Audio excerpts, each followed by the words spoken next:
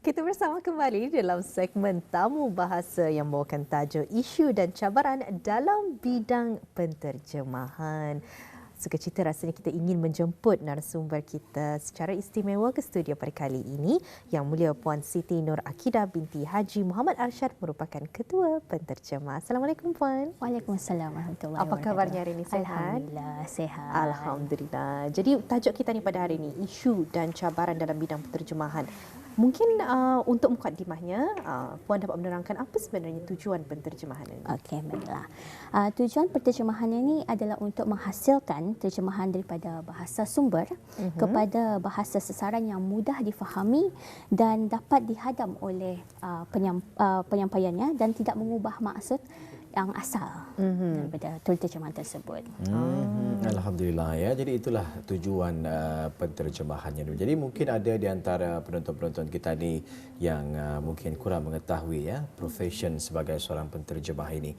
Jadi mungkin Puan boleh mengkongsikan apa sebenarnya penterjemah ini? Okey.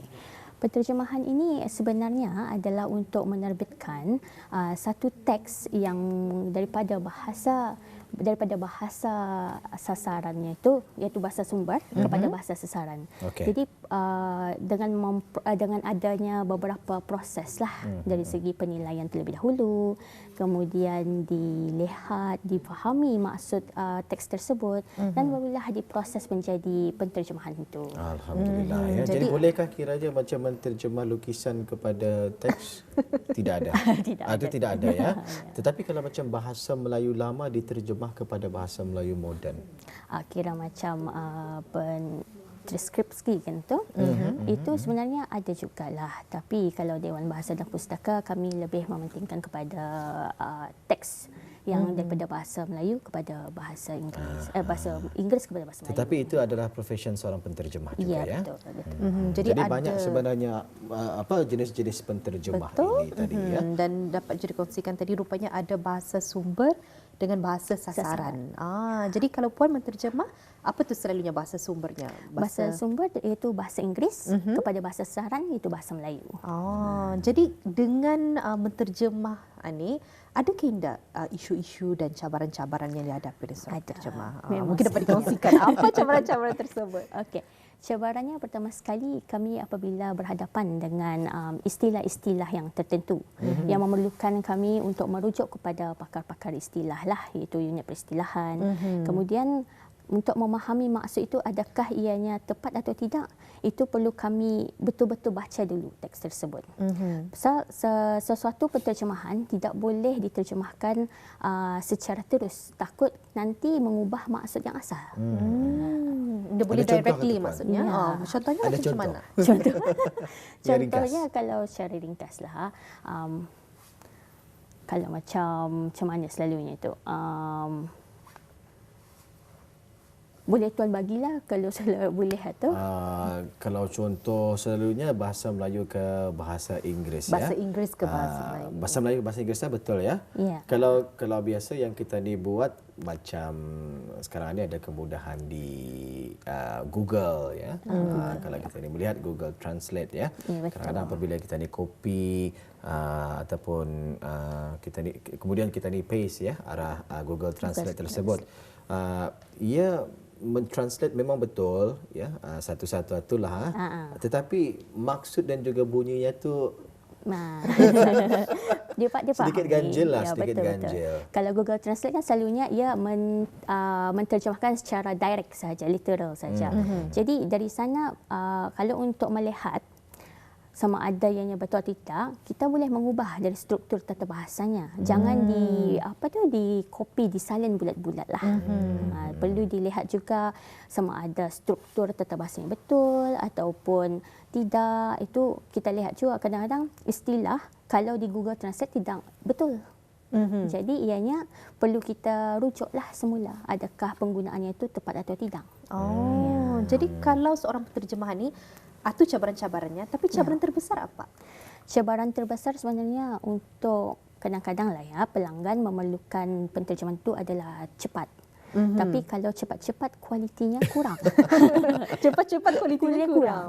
Jadi apa yang kami mahukan sekiranya terjemahan itu tebal lah. Kami memerlukan masa kerana perlu untuk kami melihat lagi bagaimana ia punya bahasanya, istilahnya, tata bahasanya adalah betul atau tidak. Sebab ditakuti nanti kalau kualiti kurang, pelanggan tidak berpuas hati. Betul sekali ya. Jadi satu keping A4 Times New Roman saiz 12 font selalunya mengambil masa berapa? Kalau ianya berbentuk slogan, memerlukan masa paling lama pun 3 hari lah. Paling lama ya? Paling lama. Sebab kami ada proses untuk yang mencek macam penterjemah kepada penterjemah kanan. Kemudian kepada ketua penterjemah, kemudian kepada kami punya pegawai bahasa dan kemudian kepada kami punya ketua bahagian. Untuk meluluskan sebelum ianya keluar daripada tangan pelanggan tersebut. Okey, jadi telah pun dikongsikan tadi ya proses-proses yang dilakukan dalam melakukan satu-satu penterjemahan ini tadi ya. Jadi mungkin secara terperinci apa yang dimaksudkan proses menterjemah, proses pengecekan apa tadi? Proofreading. Yes, penyemakan tersebut. Jadi berapa proses tadi? Ada 4? Daripada penterjemahan, kemudian ke penterjemahan kanan, kemudian kepada ketua penterjemah, kepada pegawai bahasa dan kepada ketua bahagian kami ada jadi 5. Ya, jadi apa kerja yang mereka lakukan tu? Okey, penterjemah tentunya ianya adalah untuk menterjemah. Okey. Kemudian penterjemah kanan untuk menyemak. Proof pertamalah untuk menyemak kerja-kerja penterjemah. Kemudian diselaraskan juga. Kepada ketua, kalau ianya dibahagikan kepada 3 bahagian, ianya yang mencek kesemuanya. Kesemuanya, jika ada sekiranya istilah yang tidak kurang tepat, dibetulkan lagi semula. Jika ada tata bahasa yang kurang, dibetulkan lagi. Kemudian kepada pegawai bahasa kami, sama juga tu, hampir sama dengan ketua penterjemah. Kira ia menilai macam mana bahasa itu adakah selaras atau tidak. Jikalau tidak selaras, dibalikkan semulalah kepada ketua penterjemah untuk melaksanakan lagi semula. Kemudian kepada ketua bahagian yang final, itu memang sudah kata orang clean version, bersih sudah. Jadi untuk ia mencek, tapi ada kalanya dari segi ijan typo ataupun memang tanggungjawab untuk menegur kami lah juga. Jadi itulah proses-proses penterjemahan yang telah dikongsikan oleh Puan sendiri.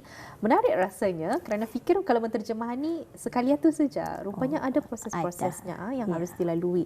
Jadi mungkin apa sebenarnya soalan-soalan yang sering diajukan oleh pelanggan berkenaan dengan penterjemahan ini?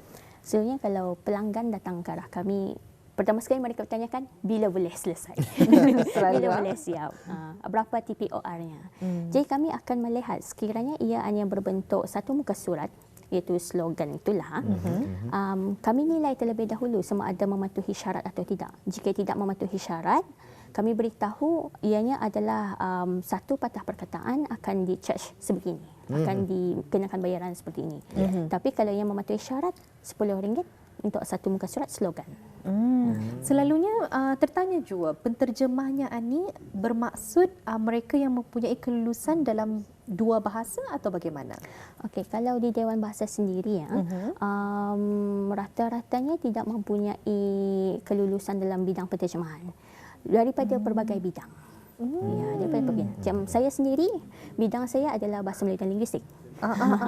Saya bukan daripada bidang penterjemahan, tetapi insya-Allah saya cuba, saya keep on belajar dan alhamdulillah lah setakat ini. Jadi mungkin dapat dikongsikan selain kursnya tu bahasa Melayu dan linguistik, penterjemah lain adakah jua kurs yang sama ataupun dari pelbagai bidang seperti diploma dalam engineering ada, daripada electrical pun ada, daripada pelbagai bidang. Tapi bagaimana diorang dapat menterjemah tu, adakah kepandaian sendiri ataupun ada kursus atau bagaimana? Okey.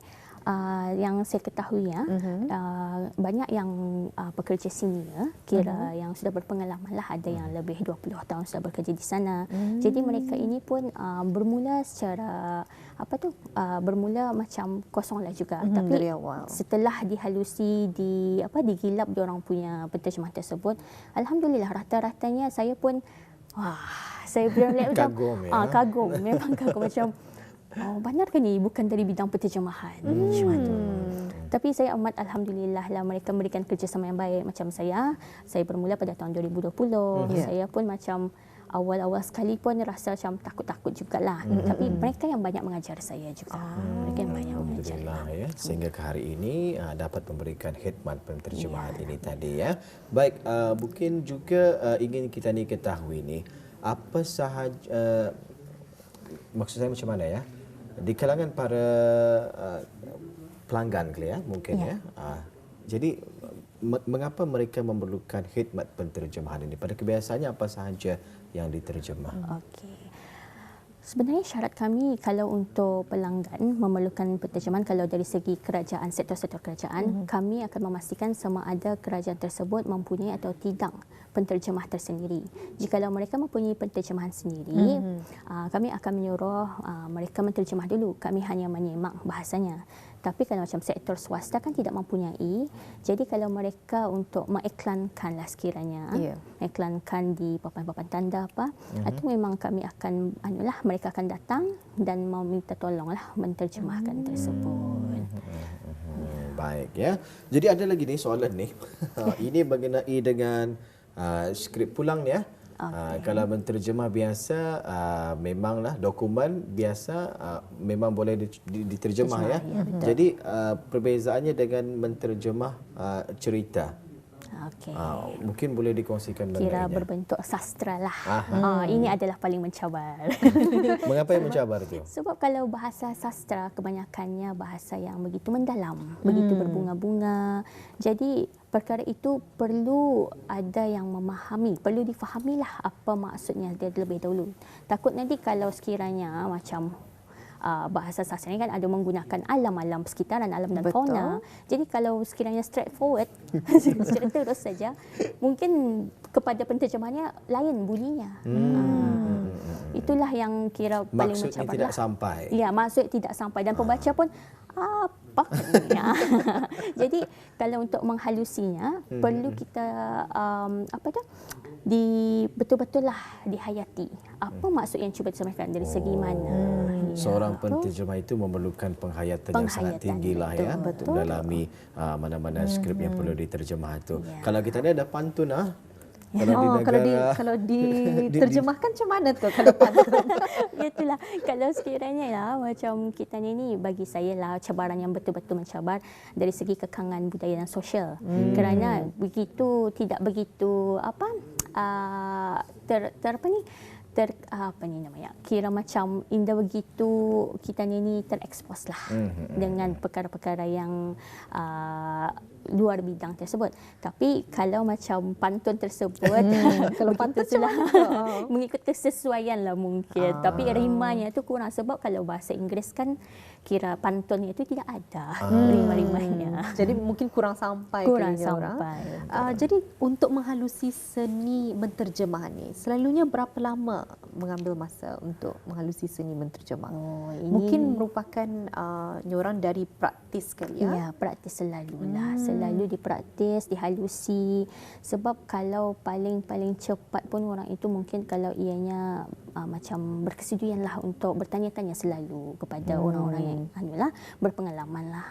Dan sebenarnya kadang-kadang kalau cuti pun kalau Ina menterjemah bila balik daripada bercuti menterjemah macam lambat sikit betul.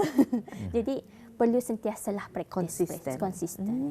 Betul sekali. Isu dan cabaran dalam bidang penterjemahan, topik perbualan kita pada pagi ini mudah-mudahan bermanfaat ya untuk penonton-penonton sebuah. Baik, sekarang kita ni ingin mengetahui ni apabila berlakunya kesalahan di dalam mana-mana penterjemahan lah ya. Apa risiko yang dihadapi oleh seorang penterjemah tersebut dan mungkin apa tindakan seterusnya untuk membaikkan keadaan? Okey. Risikonya memang apabila salah menterjemah, kira macam mengubah maksud yang asal, memang berhadapan dengan risiko yang paling besar lah. Dan setiap penterjemah dan juga yang terlibat perlu bersedia bila-bila masa sahaja. Dan kalau sekiranya pada kami, Dewan Bahasa dan Pustaka, selepas selesai sahaja menterjemah tersebut, kami berikan kepada pihak pelanggan, kami akan menyuruh mereka untuk menilai membaca terlebih dahulu. Jika ada yang tidak berpuas hati, kami akan mengadakan perjumpaan. Perjumpaan itu adalah untuk mendengar pada pendapat mereka bagaimana dan bagaimana kami punya stand lah, kami punya pendapat kami sendiri mengenai bahasa itu. Jadi di sana akan mencapai persetujuan. Dari persetujuan tersebut, jikalau mereka masih lagi kurang bersetuju dan ingin menggunakannya, itu kami boleh bertoleransilah dengan tidak ni orang jauh daripada maksud yang asal tersebut. Sebab ada kadang-kadang istilah mereka lebih mengetahuinya dan kami kan mencek sahaja tu kan. Ya. Jadi kalau macam itu yang digunakan sejak dari dulu, kira macam sudah dibagi grant. Jadi kami tidak dapat mengubahnya 100%. Jadi memang memerlukan mereka punya persetujuan jugalah bagaimana tersebut.